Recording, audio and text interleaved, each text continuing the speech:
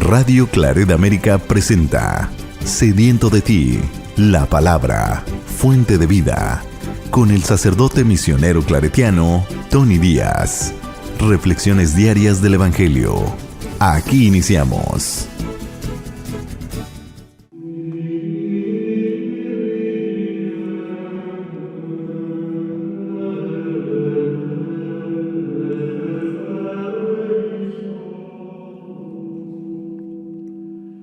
Bienvenidos, hermanos, a nuestras reflexiones bíblicas de las lecturas del día. Hoy es martes de la 28ª semana del tiempo ordinario. La primera lectura de hoy viene de la carta de San Pablo a los Gálatas, capítulo 5, versículos 1 al 6. Hermanos, Cristo nos ha liberado para que seamos libres. Conserven pues la libertad y no se sometan de nuevo al yugo de la esclavitud.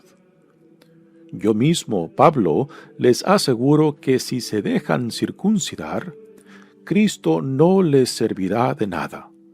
Y vuelvo a declarar que todo el que se deja circuncidar queda obligado a cumplir toda la ley. Ustedes, los que pretenden alcanzar la justificación por medio de la ley, han perdido a Cristo, han rechazado la gracia. Nosotros, en cambio, movidos por el Espíritu Santo, esperamos ansiosamente la justificación por medio de la fe, porque para los cristianos no vale nada estar o no estar circuncidado. Lo único que vale es la fe, que actúa a través del amor. Palabra de Dios. El salmo responsorial es el Salmo 118 y el responsorio es: Señor, ten misericordia de mí. Señor, ten misericordia de mí. Señor, ten misericordia de mí y sálvame según tu promesa. No quites de mi boca las palabras sinceras, porque yo espero en tus mandamientos. Cumpliré tu voluntad sin cesar y para siempre. Caminaré por un camino ancho, pues he seguido tus preceptos. Serán mi delicia tus mandatos, que tanto amo. Levantaré mis manos hacia ti, mientras recito tus mandamientos. Señor, ten misericordia de mí. El Evangelio de hoy viene de Lucas, capítulo 11, versículos 37 al 41. En aquel tiempo, un fariseo invitó a Jesús a comer. Jesús fue a la casa del fariseo y se sentó a la mesa. El fariseo se extrañó de que Jesús no hubiera cumplido con la ceremonia de lavarse las manos antes de comer. Pero el Señor le dijo: Ustedes, los fariseos, limpian el exterior del vaso y del plato. En cambio, el interior de ustedes está lleno de robos y maldad. Insensatos, ¿acaso el que hizo lo exterior no hizo también lo interior? Den más bien limosna de lo que tienen, y todo lo de ustedes quedará limpio. Palabra del Señor. Muy bien, demos comienzo a nuestra reflexión de las lecturas de hoy. Pablo continúa con el tema de la libertad que Dios en Cristo nos ha dado. Y ya ayer hablamos de esta libertad. Es la libertad de la esclavitud de la ley mosaica, ¿no? Y este tema, como lo mencionamos ayer, tiene que ver en cómo los no judíos, o sea, los gentiles o paganos, tenían que ser recibidos en la comunidad cristiana, y había un sector dentro de la comunidad cristiana, que en su mayoría eran judíos, que habían aceptado el Evangelio, que aún promovían el cumplir con la ley mosaica y que por tanto a los paganos o no judíos se les tenía que imponer la circuncisión, particularmente a los hombres, y el ser circuncidado implicaba someterse a la totalidad de la ley mosaica. Y como lo mencioné ayer también, ese fue el tema que se trató en el primer concilio de Jerusalén, donde debatieron apasionadamente el tema y llegaron a la conclusión que, puesto que ni ellos, los judíos cristianos, ni sus padres habían cumplido fielmente la ley, entonces ¿por qué se la iban a aplicar a los paganos, o a los no judíos? Puesto que Dios en Jesucristo nos salva por medio de la fe, por medio de la gracia que Dios derrama sobre nosotros en Cristo Jesús. Entonces no es el cumplimiento de la ley lo que nos salva, lo que nos justifica ante Dios, sino la pura gracia de Dios en Jesucristo. Entonces Pablo sigue insistiendo que los Gálatas no se dejen confundir por los judaizantes que les están exigiendo que se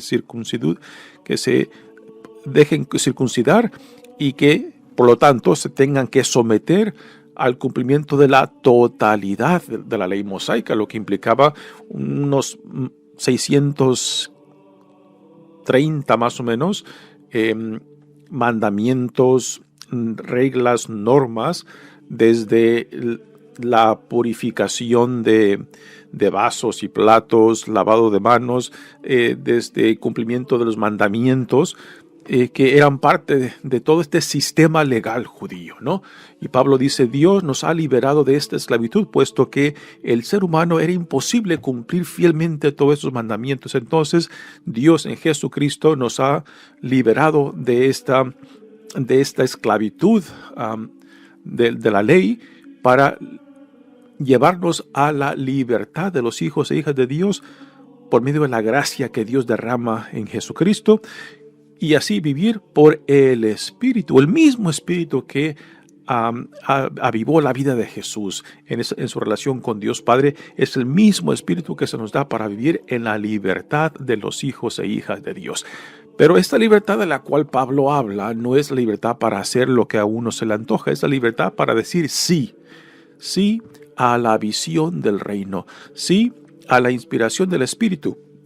Y ahora, hablar del Espíritu y decir de que hemos de ser guiados por el Espíritu también tiene partes muy conflictivas, porque cualquier persona puede decir, el Espíritu me inspiró para que hiciera X y X cosas, ¿no? Pero si X cosas no coinciden con la mentalidad y el Espíritu y el corazón de Jesucristo, pues entonces no se puede justificar simplemente diciendo que el Espíritu de Dios me ha inspirado para hacer lo que estoy haciendo. Lo que decimos que es inspiración de Dios tiene que conformarse tanto al Espíritu de Cristo como la mentalidad y el corazón de Cristo mismo. O sea, las enseñanzas, las actitudes de Cristo, su comportamiento, su forma de relacionarse tanto con Dios como con otros, ¿no? Así que Cristo mismo es nuestro modelo, Cristo mismo es nuestra guía, es quien nos modela cómo somos llamados a vivir según el Espíritu que fue derramado en nosotros. Pero repito, ese Espíritu tiene ciertas formas de ser y de vivir y de relacionarse. El Espíritu no simplemente inspira, el Espíritu no puede inspirar. No puede proveer cosas que son contrarias a la visión del reino o a la visión de Jesucristo mismo, ¿no? Por eso, para Pablo, vivir según el Espíritu de Cristo es vivir según la mentalidad y el corazón, las actitudes de Cristo. Él es nuestro modelo por excelencia a la nueva vida que somos llamados en Él. Así que, Pablo, este es el tema que continúa en esta primera lectura de hoy de la carta a los Gálatas. Dice, Cristo nos ha liberado para ser libres. Conserven, pues, la libertad y no se sometan de nuevo al yugo de la esclavitud. Y por yugo de la esclavitud, nuevamente, Pablo se refiere al yugo de la ley mosaica, que ni los antepasados ni ellos mismos podían cumplir fielmente. Y tengamos en cuenta que es este Pablo, un fariseo, un judío de hueso colorado, un judío que conoce a profundidad tanto las escrituras como las tradiciones, y que él mismo se da cuenta de que era imposible llegar a la justificación en Dios por medio del cumplimiento de la ley, puesto que la mayoría de seres humanos, de judíos, pues no cumplían, porque simplemente era imposible. Y esto es a lo que Pablo llama la esclavitud, y por eso, a últimas, Dios en Jesucristo nos libera para poder vivir en la libertad de los hijos e hijas de Dios bajo la inspiración del Espíritu Santo. Pero nuevamente, la inspiración del Espíritu Santo nos tiene que llevar a identificarnos plenamente con la actitud, con la mente, con el corazón de Jesucristo mismo. El Espíritu Santo no puede inspirar, no nos puede llevar a hacer cosas que sean contrarias a Dios mismo, contrarias a Jesucristo, contrarias al amor, a la compasión, a la misericordia, a la justicia de Dios, ¿no? Ahora, las normas, reglas, mandamientos y tradiciones tienen su lugar dentro de la religión, pero como guías. No podemos reducir la fe, la relación con Dios simplemente a normas, reglas y mandamientos, ¿no? Puesto que la vivencia, la experiencia del amor nos forza a la espontaneidad de responder a cada situación según el amor, según la compasión, según la misericordia, según la justicia de Dios. Así que cada momento, cada instante, cada experiencia, cada encuentro con otro, con otra, pues nos presenta diferentes posibilidades, ¿no? Y ahí es donde entra el discernimiento del Espíritu de Dios de cómo responder apropiadamente a X situaciones. Y esto no puede ser simplemente reducido a mandamientos, reglas y reglas. Uno tiene que responder desde la inspiración del amor, de la compasión y misericordia a X situación, a X hermano, a X hermanas, ¿no? Por eso Pablo insiste constantemente de que el cristiano es librado para vivir en la libertad de los hijos e hijas de Dios, inspirados por el Espíritu de Cristo que fue derramado en nosotros por medio del bautismo. Y este es el mismo Espíritu que fluye de la relación de Cristo con Dios Padre. Pablo continúa. Yo mismo, Pablo, les aseguro que si se dejan circuncidar, Cristo no les servirá de nada. Nuevamente, Pablo es un fariseo circuncidado él mismo, ¿no? Y se da cuenta de que él les está hablando desde su propia experiencia como un judío, un fariseo, ¿no? Bien identificado con la tradición mosaica, con las escrituras, con la tradición de los profetas, y se da cuenta de que someterse nuevamente a la ley mosaica es rechazar lo que Dios en Jesucristo nos ha dado. Y vuelvo a declarar, dice Pablo, que todo el que se deja circuncidar queda obligado a cumplir toda la ley. Y ciertas interpretaciones de este cumplir de toda la ley decía de que si rompes aún el más insignificante de estos mandamientos es romperlos todos, ¿no? Y por eso ahí el peso, el peso de la obligación de la ley mosaica, que en vez de liberar al ser humano, pues lo oprimía. Y es lo que la ley hace. La ley nos pone límites, la ley nos acusa, ¿no? Y la ley es necesaria para el orden, es necesaria para regir la sociedad, la familia, aún la persona. Pero la ley no puede ser, el cumplimiento de la ley no puede ser el corazón de nuestra relación con Dios y con el prójimo.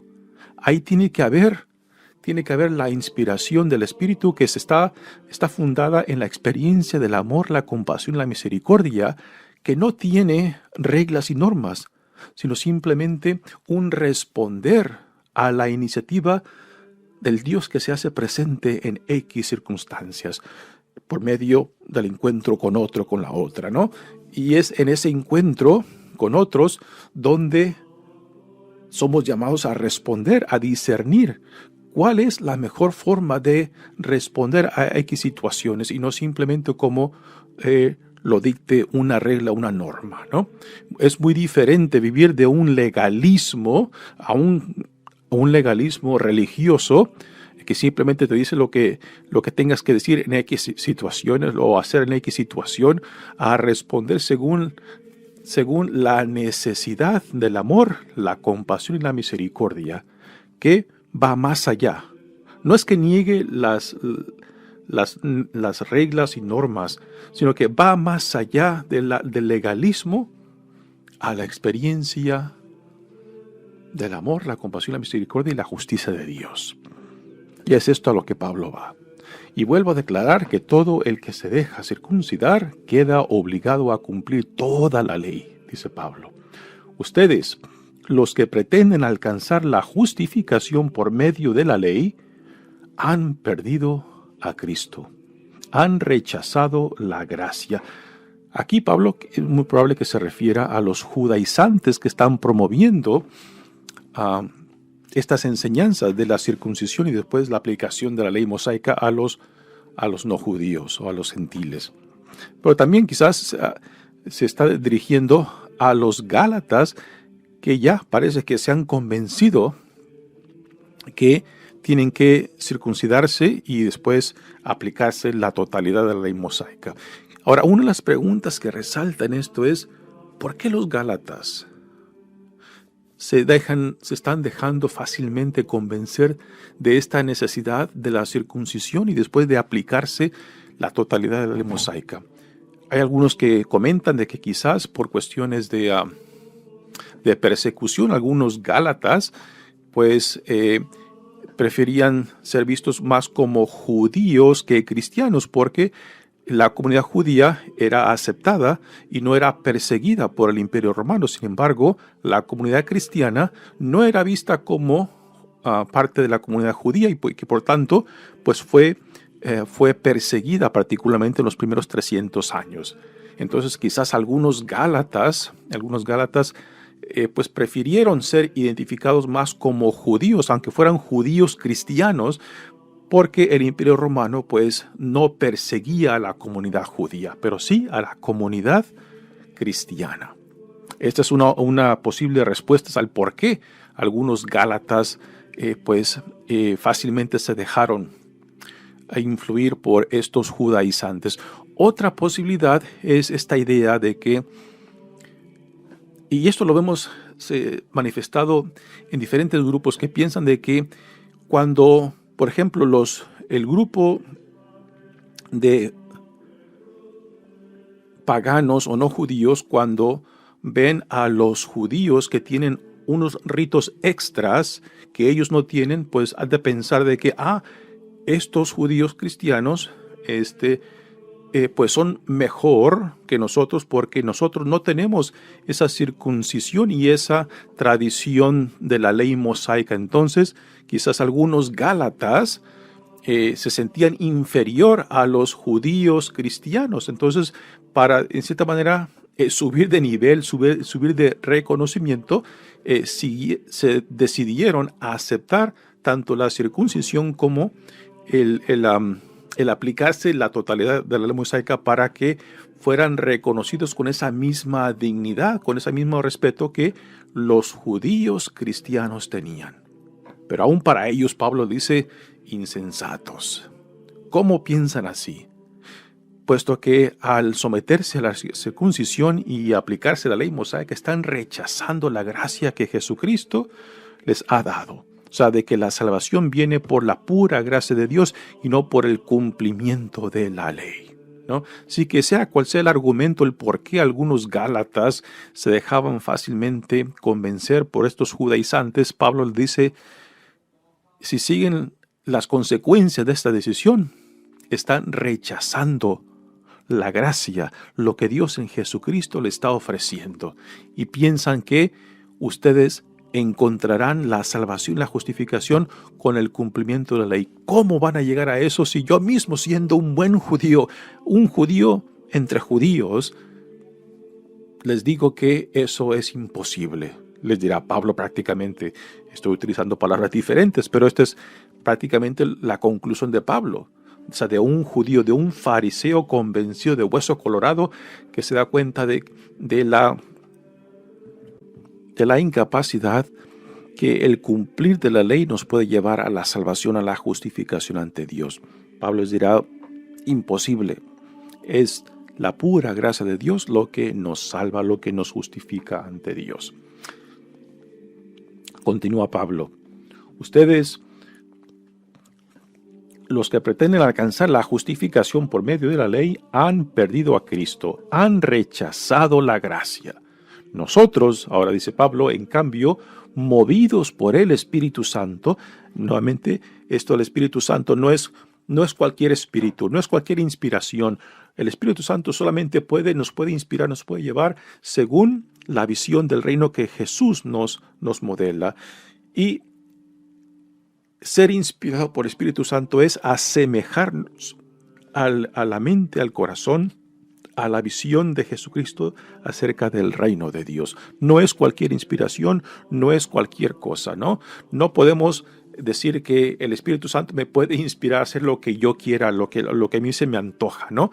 Porque lo que yo quiero se me antoja, si está en contradicción tanto de Cristo como la visión del reino, pues entonces ahí fácilmente podemos decir, esto no tiene nada que ver con el Espíritu Santo. Esperamos ansiosamente, dice Pablo, la justificación por medio de la fe, porque para los cristianos no vale nada estar o no estar circuncidado. Para el cristiano no vale nada estar o sea, no es la circuncisión y el cumplimiento de la ley lo que nos justifica, es la gracia de Dios. Esto para nosotros también católicos podemos decir, no es solamente el decir estoy bautizado, estoy confirmado o voy a misa todos los domingos o diario lo que me justifica. O sea, no son los ritos, no son las devociones lo que me justifica. O sea, no son los ritos lo que define la vida de virtuosidad, lo que nos define, sino quién soy llamado a ser, que se tiene que manifestar en cierta forma no solamente de ser, sino también de comportarse, de actitudes, de cómo uno se relaciona con otros. La vida de virtud no la define los ritos ni las devociones, sino la persona que soy, cómo yo me comporto, me relaciono, o sea, los valores que yo cultivo, que tienen que después llevarme a la solidaridad, a la hermandad con el prójimo. Reducir el cristianismo simplemente al individualismo es una contradicción. Cristo vino para salvar al mundo. Y esto implica de que creer en Él, ser ciudadano de este reino, me tiene por necesidad que llevar al prójimo. Un cristiano individualista, un cristiano que simplemente se enfoca en sí mismo, es una contradicción, puesto que la fe en Cristo por necesidad nos tiene que llevar al prójimo, y llevar al prójimo con la actitud de entrar en la hermandad, en la solidaridad, bajo los principios fundamentales del reino, que son el amor, la compasión, la misericordia y la justicia de Dios. Porque para los cristianos no vale nada estar o no estar circuncidado, lo único que vale es la fe, que actúa a través del amor o la caridad. A veces la traducción dice caridad o a veces el amor. Así que la fe tiene que manifestarse en el amor, en la compasión, la misericordia con otros. Todo el amor, la compasión y misericordia son términos relacionales que por necesidad nos tiene que llevar tanto a Dios como al prójimo. Muy bien, pasemos ahora al Evangelio de hoy, que viene de Lucas. Y aquí tenemos a Jesús, que recibe una invitación para ir a comer en la casa de un fariseo. Y la pregunta es, bueno, si Jesús ha tenido tantos roces conflictivos con los fariseos y escribas, ¿por qué acepta esta invitación, no? Sabiendo las diferentes trampas que le han puesto para poder acusarlo y poder presentarlo como alguien falso, ¿no? ¿Por qué acepta esta invitación?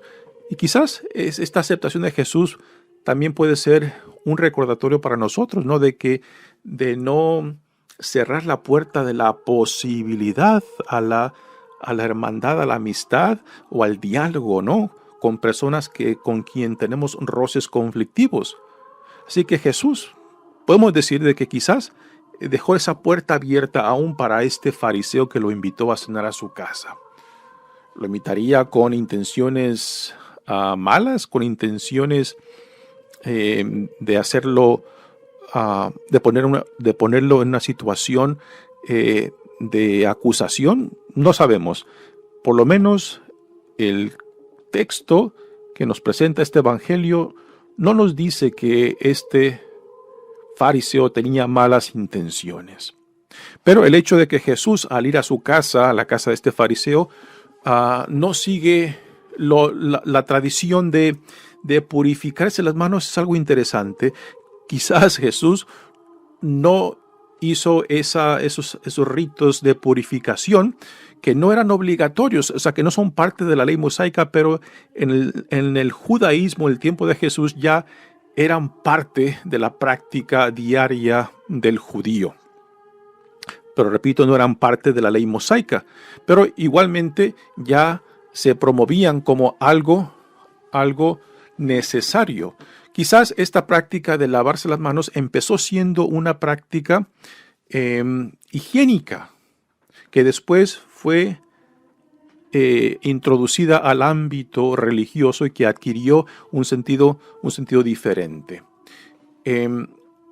Es muy probable que quizás esta práctica de higiene, de lavarse las manos, particularmente cuando uno viene del mercado, del ámbito público a la casa, que es el lugar sagrado, pues nació de la higiene, pero después el sentido de la higiene se pierde cuando se introduce esta práctica al ámbito religioso y entonces ya adquiere un sentido muy diferente. Esto lo podemos ver, por ejemplo, en la Santa Misa, cuando se hacen los preparativos para la liturgia de la Eucaristía, tenemos el lavado de las manos del celebrante, que quizás, bueno, no quizás, sabemos hoy en día que empezó esa práctica del que el celebrante se lave las manos como algo práctico, algo higiénico. Pero después se le adquirió un sentido religioso, el cual ahora ya cuando el celebrante se lava las manos antes de la liturgia de la Eucaristía, ya tiene un sentido de purificación, o sea, de que el celebrante sea digno de celebrar este sacramento. Y no simplemente la parte higiénica, porque no tiene nada de higiénica de simplemente mojarse los dedos en agua. Ahí no hay nada de higiene. Es un rito simbólico de la necesidad de celebrar este sacramento con cierta pureza espiritual, con cierta pureza moral, ¿no?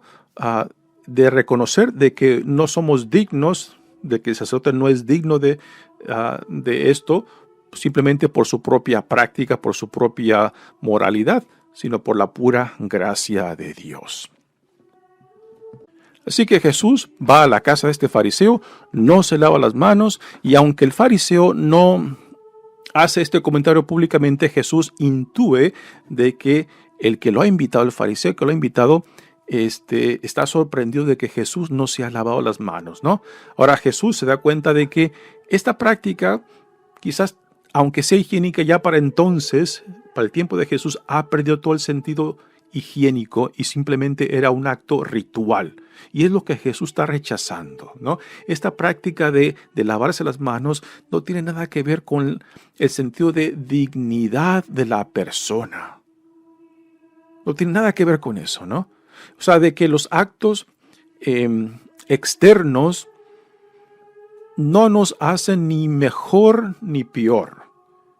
Es a últimas la transformación de la persona desde dentro lo que nos importa. Y es a lo que va Jesús cuando, en reacción al pensamiento del fariseo, dice: ustedes los fariseos limpian el exterior del vaso y del plato. En cambio, el interior de ustedes está lleno de robos y maldad. Insensatos. ¿Acaso el que hizo lo exterior no hizo también lo interior? O sea, el Dios, nuestro Creador, hizo lo exterior como lo interior. Y a este Dios, ¿cómo lo hemos de glorificar? Bueno, lo glorificamos tanto en nuestra vida exterior como en nuestra vida interior. Y es a lo que Jesús va, ¿no? De que a Dios lo hemos de glorificar en nuestras vidas, no simplemente con las apariencias, no simplemente con lo exterior nuestro, sino, más importante, con la transformación de nuestra vida interior, de donde salen todas las motivaciones. Y después viene estas palabras que aún hoy en día pues causan ciertas diferencias en comentarios cuando dice: den más bien limosna de lo que tienen y todo lo de ustedes quedará limpio. Hay ciertos comentaristas que dicen de que el sentido de estas palabras es de que den más bien limosna de lo que tienen dentro, y todo lo de ustedes quedará limpio. O sea que al buscar la transformación del interior de la persona, entonces demos limosna, compartamos de esta nueva forma de ser en nuestro interior, que debe de promover tanto comportamientos como formas de ser en relación a otros. También podemos tomar de que estas palabras de Jesús, cuando dicen den limosna, también está conectada con lo que dice acerca de robos y maldad de la persona. O sea, de que la limosna está contrarrestando la rapacidad, que cuando solamente pretendemos expresar exteriormente algo que no es realidad interiormente. Entonces, cuando uno comparte de lo que tiene, pues contrarresta la rapacidad y el sentido individualista, o el sentido de que mis posesiones, lo que yo tengo, me define como persona. Muy bien, pues aún hay mucho que se puede decir de este evangelio. Después de este evangelio vendrán varias denuncias de Jesucristo, igualmente a los fariseos. Y también lo que viene después de este evangelio, pues yo creo que impacta cómo se interpretan estas últimas palabras de este evangelio que acabamos de compartir. Mi nombre es Padre Tony Díaz, misionero claretiano. Que Dios los bendiga. Radio Claret América presentó Sediento de ti, la palabra. Fuente de vida. Sus comentarios son importantes. Contáctenos en radioclaretamerica@gmail.com.